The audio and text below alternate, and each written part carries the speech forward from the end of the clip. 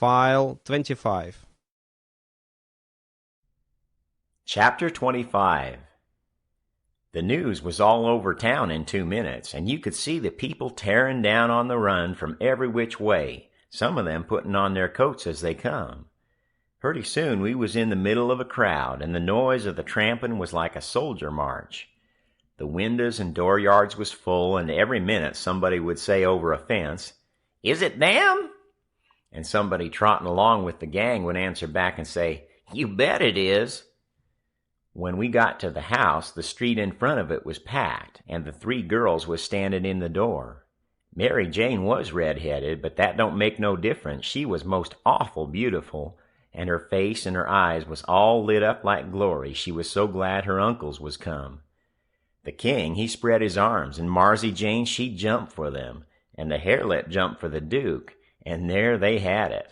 Everybody, most leastways women, cried for joy to see them meet again at last and have such good times. Then the king, he hunched the Duke private. I see him do it.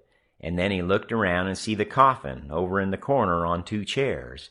So then him and the Duke, with a hand across each other's shoulder and t'other hand to their eyes, walked slow and solemn over there. And everybody dropped back to give them room, and all the talk and noise stopping, people saying "shh," and all the men taking their hats off and drooping their heads, so you could have heard a pin fall. And when they got there, they bent over and looked in the coffin, and took one sight, and then they busts out a crying so you could have heard them to Orleans most.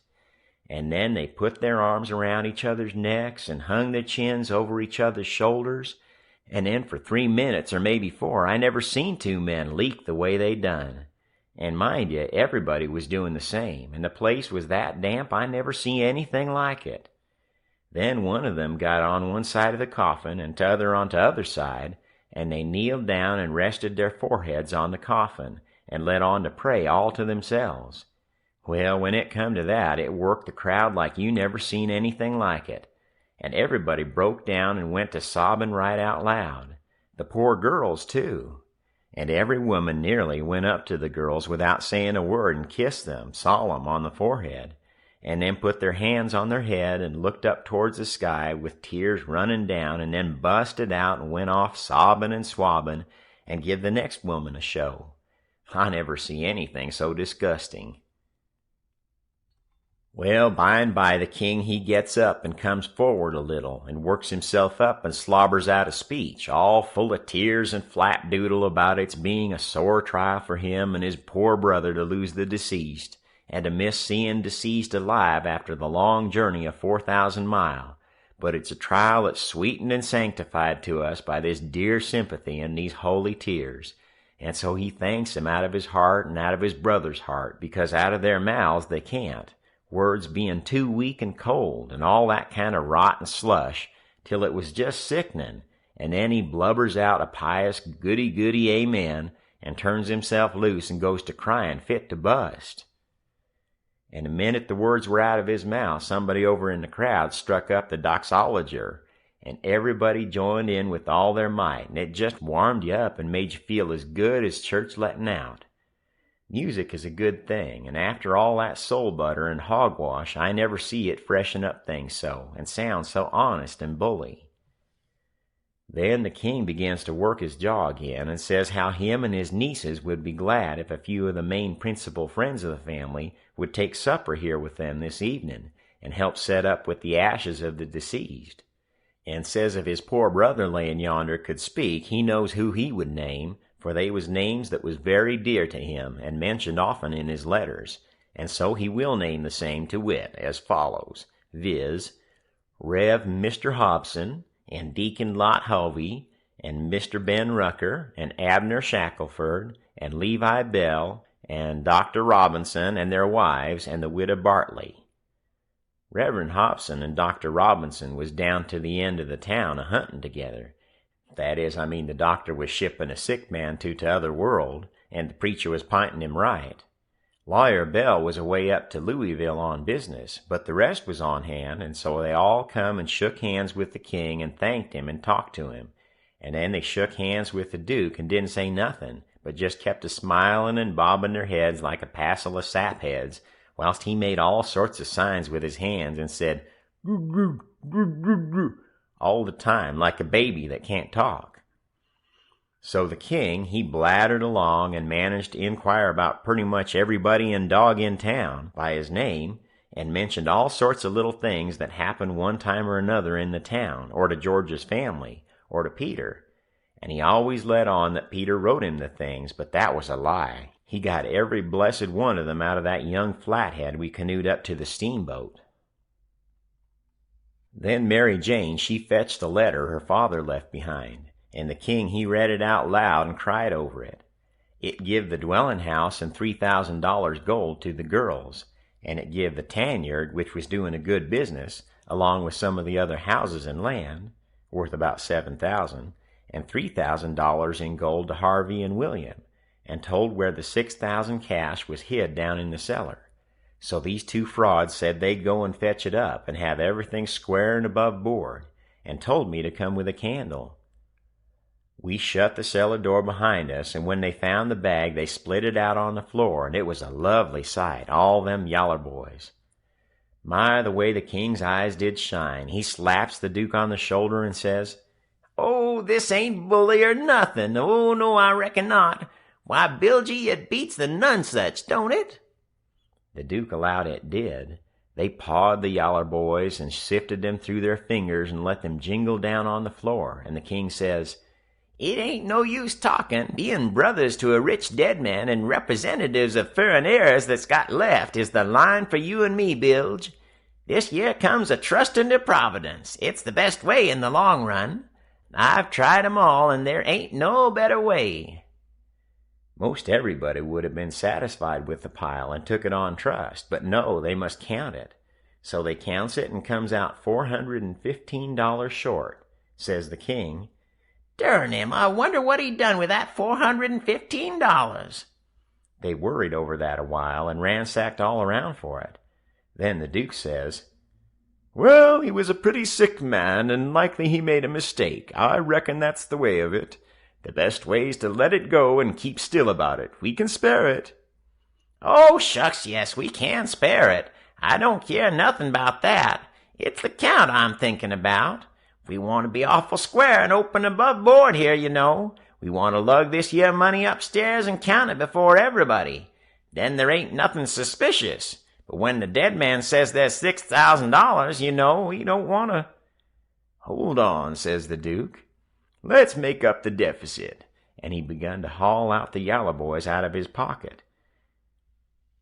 "It's a most amazing good idea, Duke. You have got a rattling clever head on you," says the king.